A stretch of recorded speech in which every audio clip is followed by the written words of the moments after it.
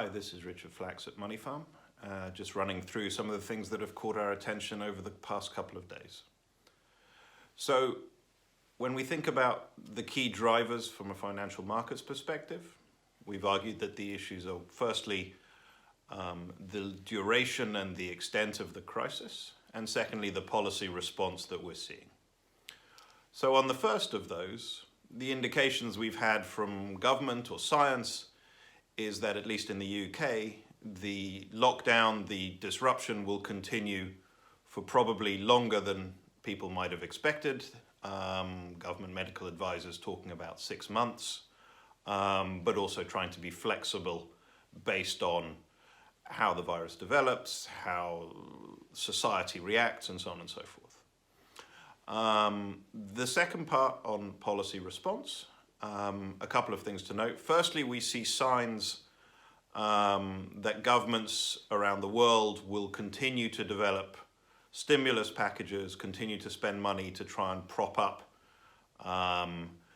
their economies and react to this significant hit to private sector demand, to people being unable or unwilling to spend.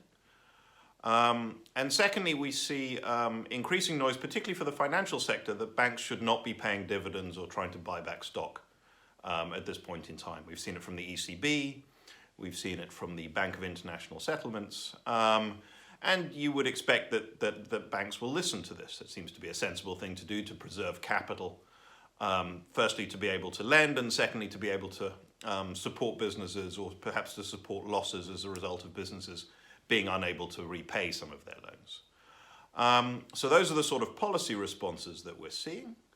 Elsewhere, we saw one of the rating agencies downgrade UK debt very slightly. We don't think that's a very big deal. They're concerned about Brexit, they're concerned about how much money the government is spending on the crisis. These are reasonable concerns, but we don't think it's a material or a significant point at this stage. It does, however, raise the question for some time in the future as to how will the world look, how will finances look when this is all done, and what sort of responses could we see as governments try to deal with the state of their finances, and in the same way that the corporates will have to do as well. Could we see higher taxes? Could we see sustainably higher spending than we have done in the past, perhaps sustainably higher deficits? How would those be funded? These are all questions not for today, but certainly will have significant implications going forward. So for now, we continue to think that volatility will remain relatively high as markets try and grapple with all of the uncertainties that we see.